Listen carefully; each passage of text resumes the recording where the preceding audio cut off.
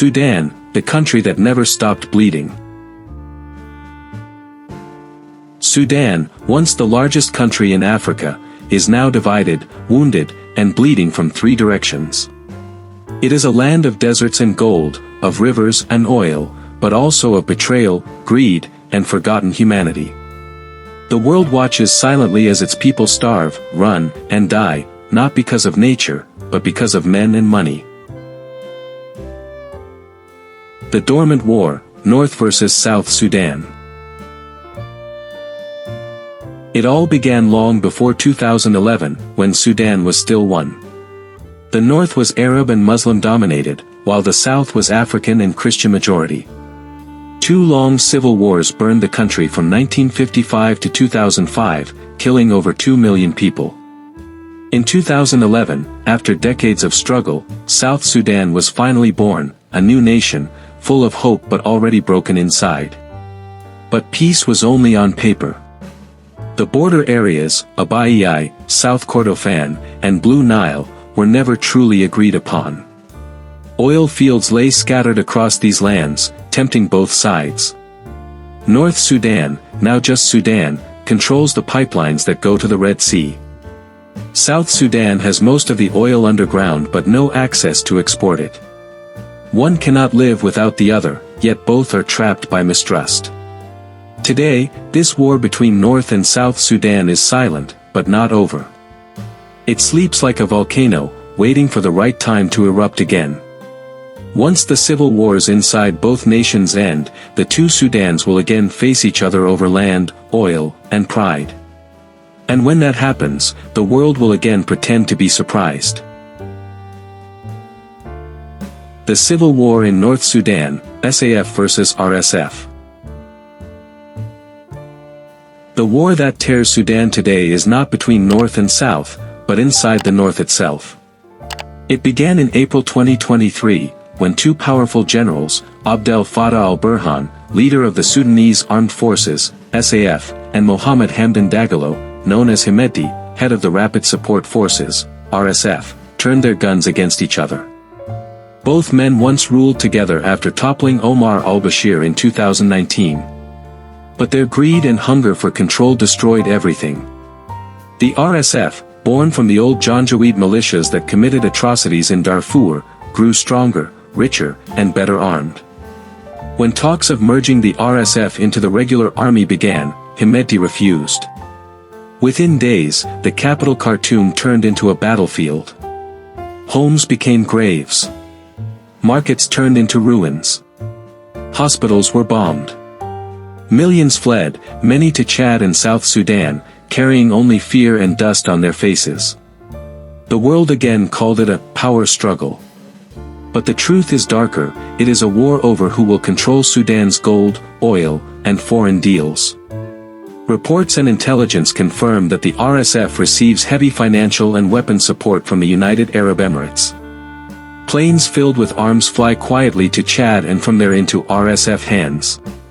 The UAE claims neutrality but funds one side while pretending peace.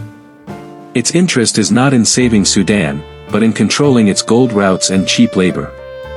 The RSF now controls large parts of Darfur and much of Sudan's gold trade. In return, the UAE gets cheap gold smuggled through its markets, while the people of Sudan get hunger and graves. The Civil War in South Sudan, Kiir versus Machar.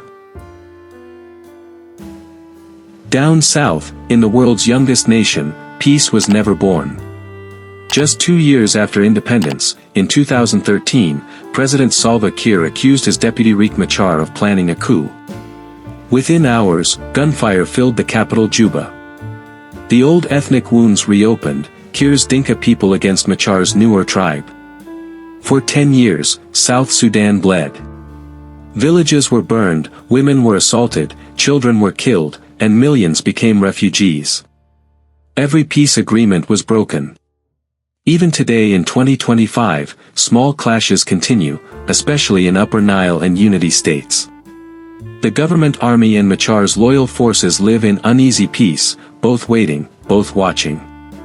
South Sudan is rich in oil, but poor in everything else. The majority, who fought hardest for freedom, still live in hunger. They are the real owners of the land and should have control, but foreign companies and corrupt elites steal everything. The people who dreamed of independence are now prisoners of their leaders' greed. Both Saudi Arabia and UAE, the enemies of humanity. Both Saudi Arabia and the United Arab Emirates have turned against the very soul of Islam. After the death of King Abdul Aziz and Sheikh Zayed bin Sultan Al Nahyan, the light of faith in these nations slowly faded. The new rulers walk with America and Israel, not with justice or mercy.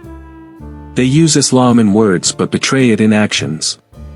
They built Al-Qaeda, fed ISIS, and now fund the RSF that kills innocent Muslims in Sudan. They wanted Gaza burn and still smiled beside those who dropped the bombs. Aided Israel round the clock by road. These are not protectors of Islam anymore, they are merchants of blood, trading human life for power and wealth. The foreign hands and the hidden profits. Every bullet fired in Sudan is bought with foreign money. Every tank and drone is supplied by someone far away who calls it business. The RSF sells gold. The UAE buys it cheap. Weapons come in return. America looks away, pretending it does not see, because its allies are the ones trading blood for gold. In the south, oil companies from China, Malaysia, and India operate under pressure, but Western corporations hover like vultures, waiting for chaos to settle so they can re-enter. Every country says, we support peace, but every deal they make fuels more war. While Sudan burns, new billionaires are born in Dubai.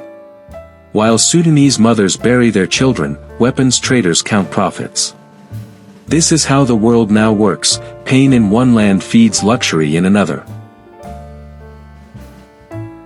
The human cost. Khartoum, once full of music and tea stalls, is now silent. More than 12 million Sudanese have been displaced. Thousands are missing. In Darfur, entire towns have disappeared under ash. Refugee camps stretch for miles.